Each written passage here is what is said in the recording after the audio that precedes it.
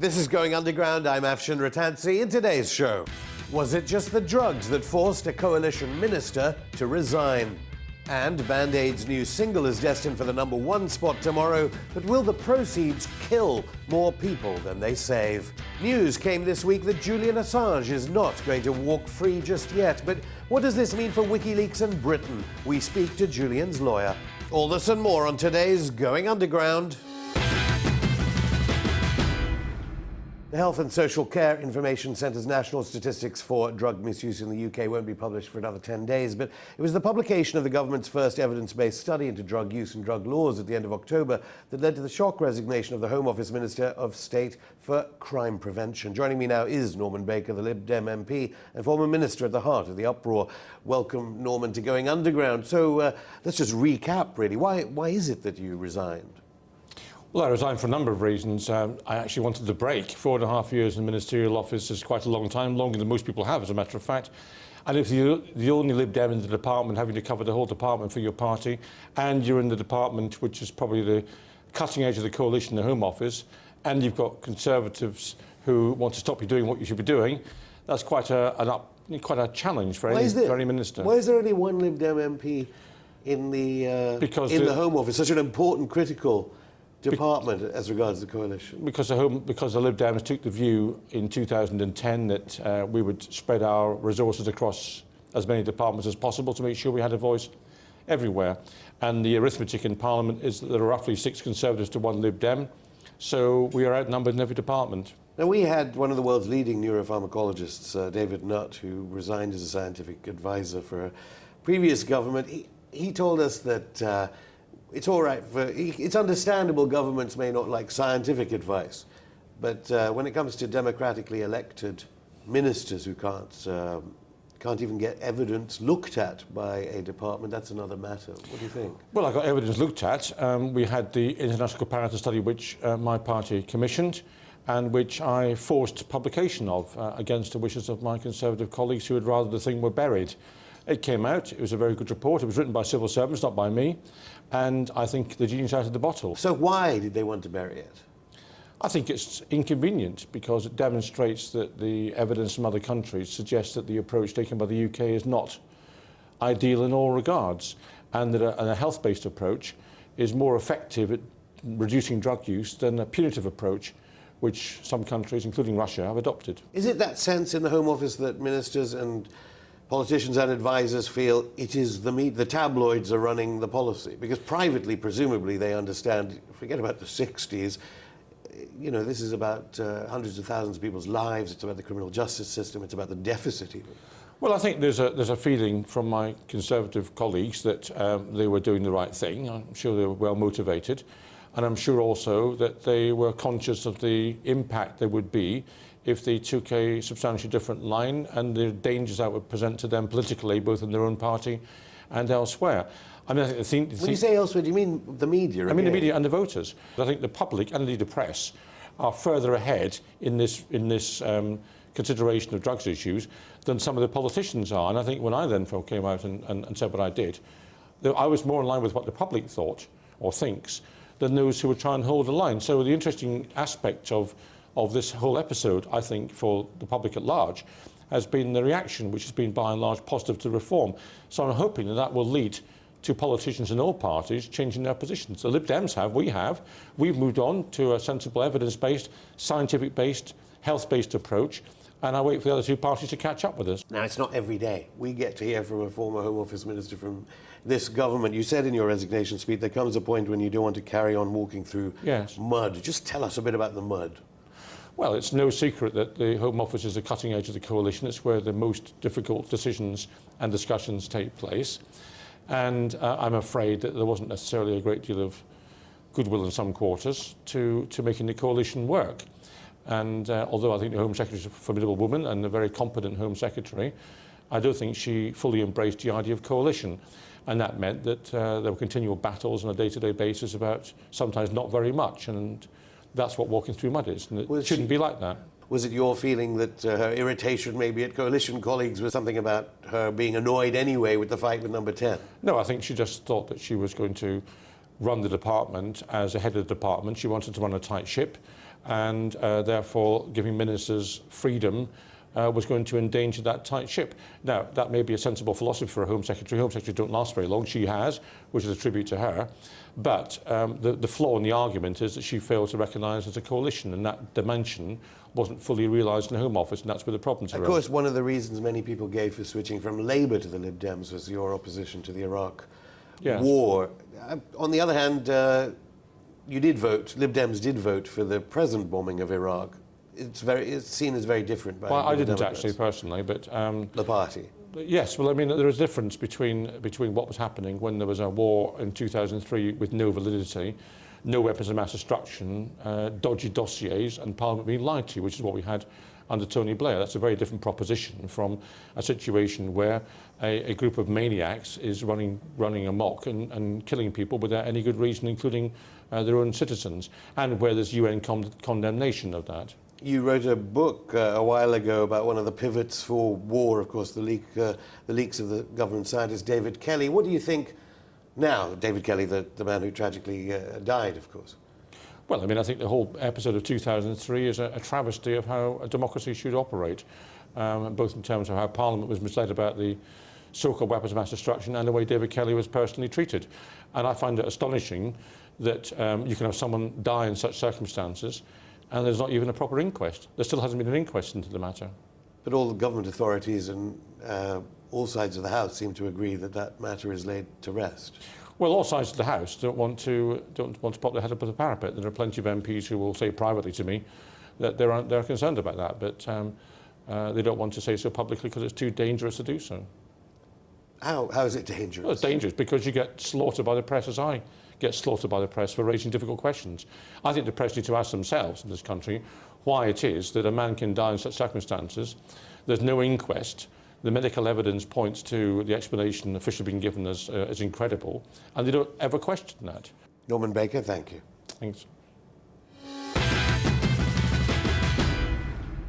On Thursday, the Swedish Court of Appeal announced that WikiLeaks founder Julian Assange would not be able to walk free from the Ecuadorian embassy in London. So what does this mean for the UK taxpayer spending money on police in Knightsbridge, for the future of WikiLeaks and for justice? Joining me via Skype from Sweden is Julian Assange's Swedish lawyer, E Samuelson. Well, compared to going underground, so what does Thursday's development mean for Julian Assange?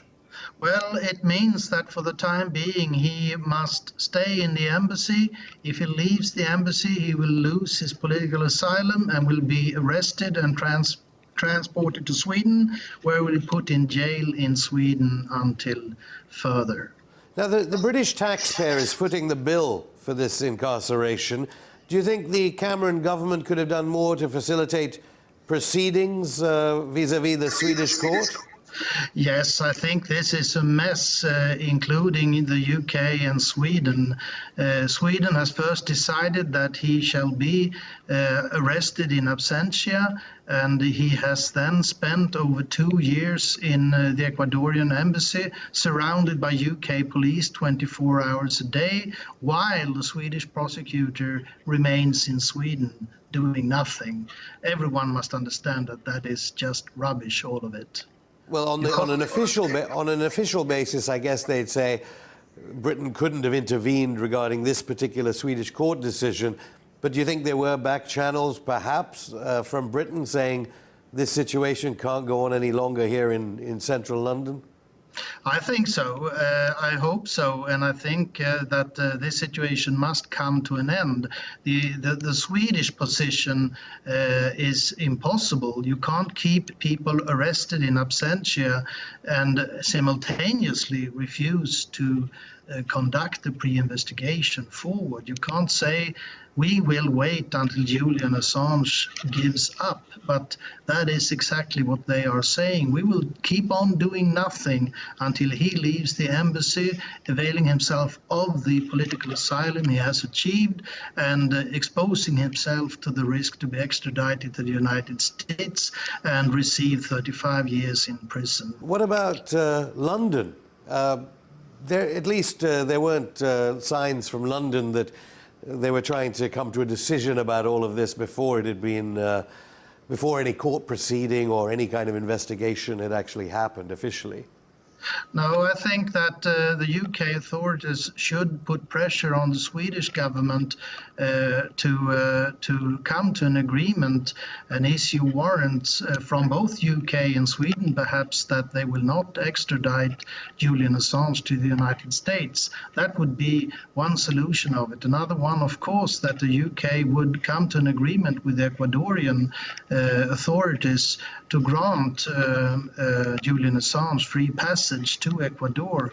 You must remember that he has received political asylum in Ecuador. He is a political refugee, and Sweden refuses to grant that, and apparently the UK too. David Cameron is only, in fact, within hours of the decision regarding Julian, had said he's allowing a vote about the European arrest warrant.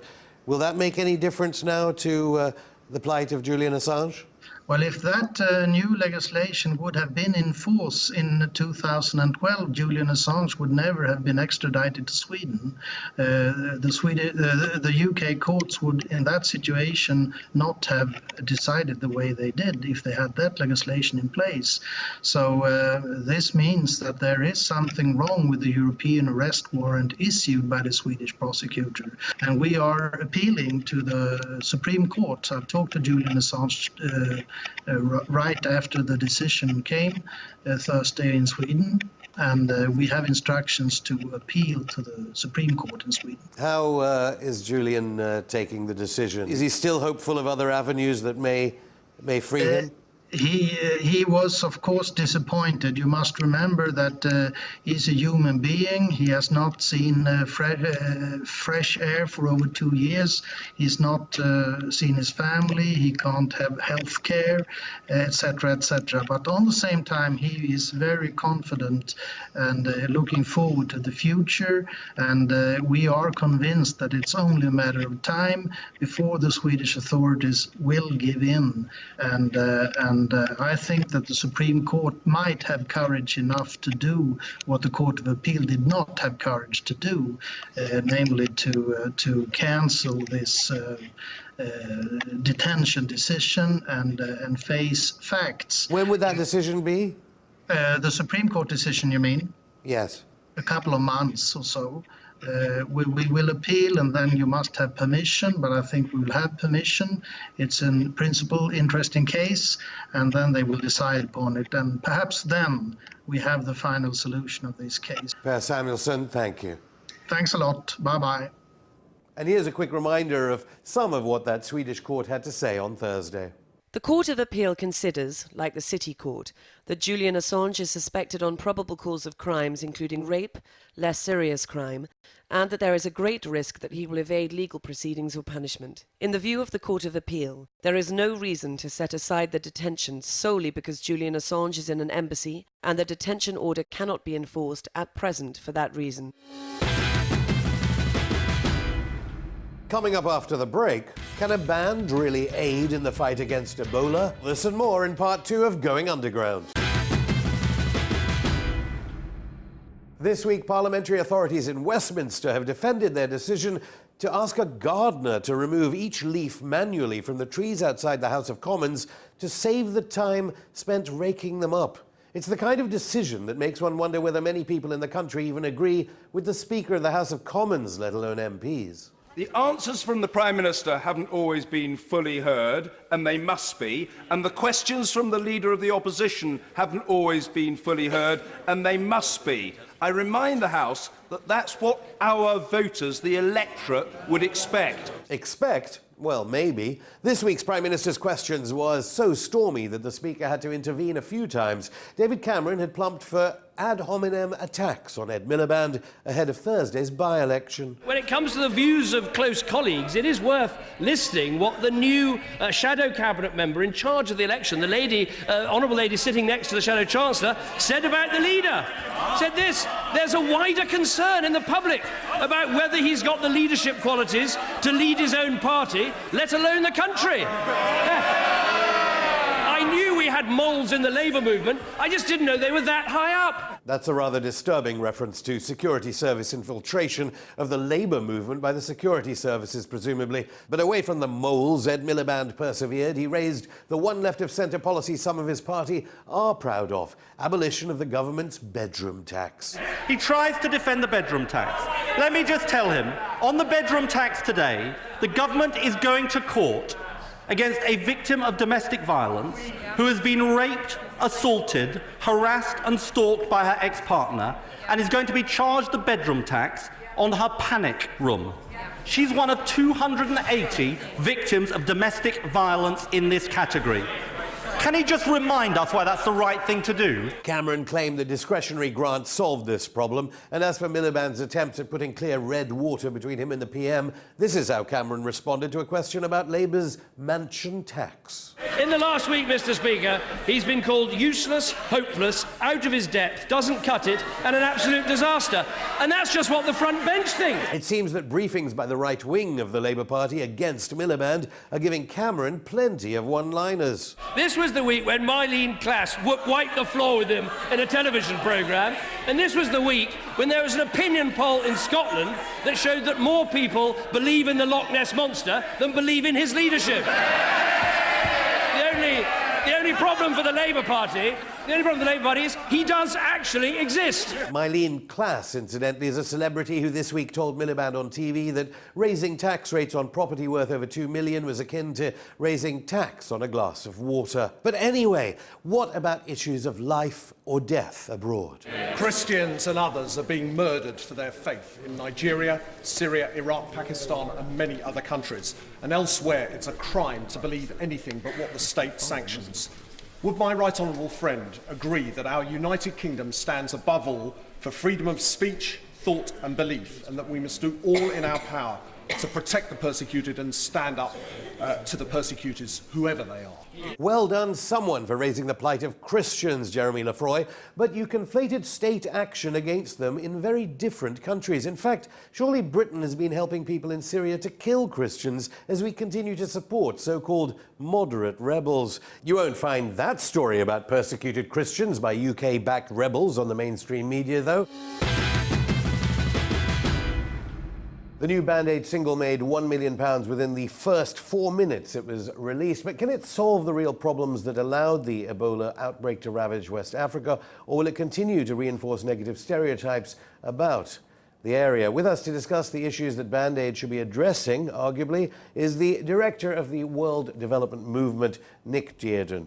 Welcome back, Nick. So, obviously, as the mainstream media have been covering this, it's all too easy to knock Band-Aid, Bono and Geldof. Surely some of the pain will be relieved in West Africa, in those countries affected by the single. Well, I mean, sometimes a country does need a Band-Aid, a sticking plaster. I mean, clearly what West Africa is going through is terrible and we want to bring it to an end as fast as possible. My worry is the language that Band-Aid is using yet again to do that is actually making the problem worse, because you're completely erasing the politics of the situation. And this is what Band-Aid's been famous for 30 years now. We still have these ridiculous lyrics. Do they know it's Christmas? I mean, of course they know it's Christmas in Africa. There are many Christians celebrating Christmas there. The idea that it's up to Europeans to feed the world, when actually Africa has plenty of food to feed its own people if it didn't keep exporting it for higher prices to Western markets. So for 30 years now, this kind of initiative has been erasing politics, that if we understood better, we could begin putting pressure on our governments and our multinational corporations to really prevent this kind of thing happening in the first place. If we get onto the depoliticisation in more detail just a bit later, obviously there were lawsuits against the BBC which claimed that most of Live Aid money went to rebels in the Ethiopia-Eritrea war and other wars in the Live Aid concerts and Live Aid money. So some kind of defence there for Geldof against his money having been used by authoritarian regimes? Well, yeah, I mean, I would, if the money had gone to the rebels, I'd be more happy. I mean, unfortunately, the majority of the money went to the government, a very authoritarian government that had actually created the famine in the first place. When Geldof stood on stage and said, this is a terrible natural disaster, I mean, that was simply a lie. I mean, it just wasn't true. There are close ties between Bono, certainly, and the World Bank. What are the relationships here between the IMF and the World Bank and this kind of initiative?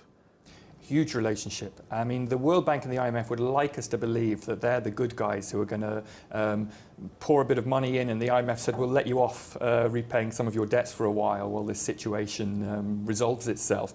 Actually, the IMF and the World Bank are up to their neck in culpability for what's happened in Sierra Leone and Liberia, especially. I mean, you know, many people think, well, there's been a terrible civil war that happened in these countries, and it was horrible and brutal. But actually, a lot of the damage had already been done by the time that war broke out, and it had been done precisely at the hands of the IMF, imposing structural adjustment policies, as it did right across Africa, and wiping out health and education systems. Mandate 30 arguably is political because Bono and Geldof are so close to these institutions that have created the conditions for Ebola. Right, they're very close. And they were very close. I mean, what Bono particularly has been trying to do over the last 10 or 15 years is to put real weight behind this idea of wiping out extreme poverty. Extreme poverty was invented as a concept, really, to encourage the Republican right in the United States to support his efforts to alleviate suffering connected with HIV and so on. He said there's no way we can talk about political issues to these guys and expect them to put any money in. So he depoliticized the whole content of poverty with this notion of extreme poverty. You can be as rich as you want. You can do whatever you want in the world, and you can still care about these very, very poor people over here. So that was the whole strategy that Bono and the organisations around him pursued. For people like Geldof, he actually thinks he is a mouthpiece for the poor masses of the world. He thinks he's a mouthpiece for Africa, and the way we saw him behave, absolutely, in Glen Eagles, where African representatives were taken off panels so that Hollywood celebrities could speak on issues that they know very little about. Quite extraordinary. And yet, does it raise the issue? I mean, people keep coming back to this idea that it does raise the issue in the public's mind. On X Factor, they wouldn't be talking about Ebola or West Africa, or they didn't mention the British troops in Sierra Leone, but they wouldn't even mention it without Geldof and Bono. Sure, and maybe that's a problem with our media and the way that it operates, the BBC and so on, that they don't mention these issues. But I think there's better ways to do it. I mean, as I say, I'm not saying they don't have any role to play, but if you look at the role that celebrities have played for the last 50 years or so, I mean, you look at what Jane Fonda and John Lennon did around the Vietnam War. You even look as a more interesting example at what Russell Brand's saying today. I mean, that's interesting stuff, and I have no problem with them saying that stuff and raising a debate. What I think they're doing here is precisely not raising a debate. I think they're actually sitting on a debate and making it invisible through pretending that their great generosity and the great generosity of Europe is going to save these helpless African people. And while they show these dead black bodies on their videos and so forth, how rich is Liberia? I mean, I've got a statistic, has the highest ratio of foreign direct investments to GDP in the world, yet no healthcare. And Sierra Leone, again, huge amounts of investment. These are supposedly rich countries, despite the pictures on Geldof on Band-Aid's videos. They should be, absolutely. I mean, you look at Congo as well, Democratic Republic of Congo, Republic of Congo, Liberia, Sierra Leone. These should be the richest countries in the world. I mean, the amount of minerals they've got in their soils, they should be phenomenally rich. Actually, they are all amongst the poorest countries in the world. Very, very, very poor. They're growing too. So Sierra Leone last year grew about 25%. I mean, that's an incredible rate of growth. Liberia between 10 and 15% for the last 10 years. Incredible rates of growth. Where's the wealth going? And that's the real question. That's the real political issue that these stars could put on the agenda if they wanted to. Where is that wealth going? It's being stolen. These countries are being fleeced. In the case of Sierra Leone and Liberia, by mining companies largely. British mining companies who have negotiated tax incentives that essentially mean they just simply pocket this money by the shipload. And there's no attempt for that money to reach the ordinary public through education services, health services, no attempt whatever. It's difficult to get more grim, but British troops are in Sierra Leone helping in the Ebola crisis. What about this militarization? Because lots has been said about the American policy in Africa of militarization, of proxy war with China and so on. What are our British troops there to do in Sierra Leone as well as alleviate poverty? Or Ebola? Well, I mean, that's an enormous concern because, of course, you're absolutely right. The Americans have been looking to militarize Africa for well over a decade now, and before that, it was already militarized through the Cold War. But I think the militarization of parts of Africa definitely shows that what they're essentially interested in is controlling this continent and the resources that it holds. And they're interested in that because that's what fuels the global economy that makes the people in charge wealthy. The coalition have cut the aid budget, 14.5 million to this region, as far as I understand. For those countries. Yeah. Is that a good sign? Under David Cameron, they've cut the aid budget, or is it better to give aid? Wealth redistribution is necessary. The problem is when aid becomes a tool for those same Western countries to impose the policies they want on Africa. And this is happening right across Africa at the moment. There are efforts underway to try to take hold of Africa's food system, to allow our corporations to come in and set up massive monoculture, industrial agricultural plantations. And it's being done in the name of helping Africans to feed themselves. But Africans have enough food. The problem but so the government's cut in aid. Would you applaud David Cameron's cut in aid to these areas while criticising Band-Aid? I don't applaud his cut in aid, but I say that essentially he's doing the wrong things with the aid. Increasingly, and you've seen this in West Africa as well as elsewhere, increasingly this is about privatising the public services of African countries. Nick Dearden, thank you.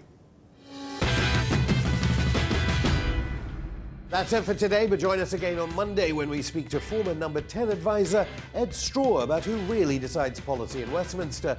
In the meantime, drop us a line on Twitter at _RT, like our page on Facebook, listen to our extended interviews on SoundCloud and email us on goingunderground@rttv.co.uk. And don't forget RT UK News with Bill Dodd every weekday evening at 6, 8, 9 and 10. See you on Monday.